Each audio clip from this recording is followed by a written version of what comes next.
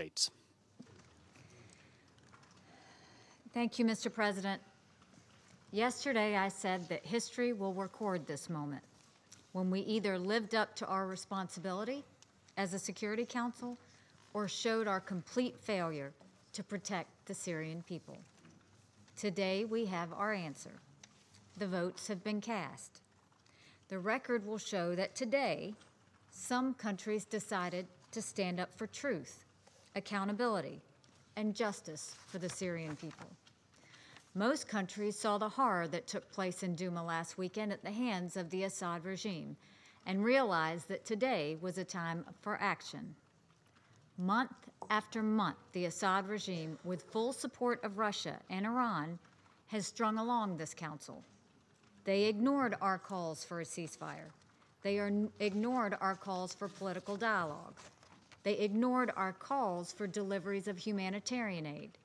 They ignored our calls to stop using chemical weapons, weapons that are universally banned from war. And then last weekend, the Assad regime forced a moment of reckoning on all of us by gassing people of Douma. The United States and the countries that joined us today could not allow this attack to go unanswered. The record will not be kind to one permanent member of this council. Unfortunately, Russia has chosen the Assad regime again over the unity of this council. We have said it before that Russia will stop at nothing to shield the Assad regime. And here is our answer. Russia has trashed the credibility of the council. They are not interested in unity or compromise. Whenever we propose anything meaningful on Russia, Russia vetoes it. It's a travesty. They have now officially vetoed resolutions that would hold these barbaric uses of chemical weapons attacks by Assad 6 times. It did not need to turn out this way.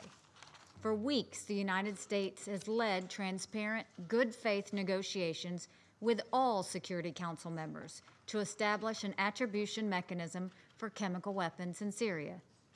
We started from a simple premise that every council member would want to know who was responsible for using these barbaric and illegal weapons. We did everything to accommodate Russia's views. Russia surprised us with a proposed resolution, calling all of us into the Security Council and handing out a draft on the spot. After hearing widespread concerns about their draft, Russia moved ahead anyway, accommodating no one's views. We could have done the same thing, but instead, we tried to take as much as we could from Russia's draft while maintaining an impartial and independent process.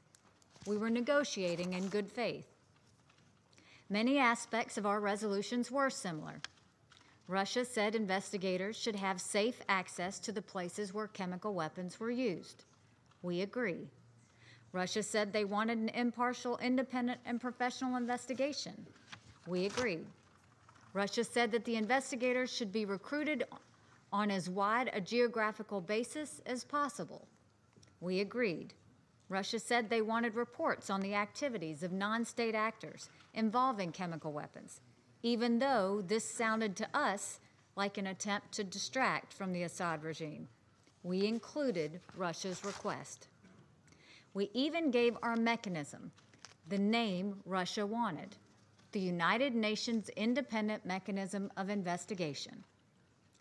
There were really only 2 key differences between our draft and Russia's, but those differences speak volumes.